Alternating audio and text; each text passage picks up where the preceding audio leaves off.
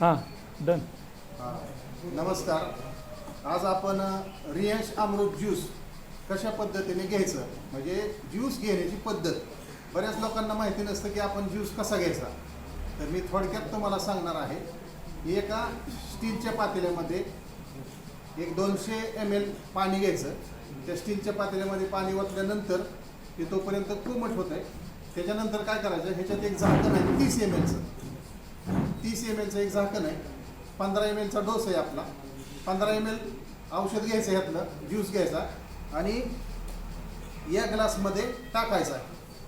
तोपर्यंत ही प्रक्रिया होईपर्यंत तोपर्यंत तुमचं पाणी कोमट होत आहे. ते पाणी घ्यायचं आणि ह्या झाकणामध्ये 2 वेळा विसळायचं. असं 2 वेळा विसळायचं म्हणजे झाकण पुन्हा धुवायची काय आवश्यकता नाही. ह्यातला ज्यूस पण आपल्याला यूज करता येतो. त्याच्यानंतर ह्यात पाणी टाकत असताना उंचीवरून पाणी टाकायचं थोडं, म्हणजे काय होईल, हे मिक्स होईल, पूर्ण ज्यूस मिक्स होईल. बरोबर आहे. ह्याच्यात स्टीलच्या चमच्याने हलवायचं नाही.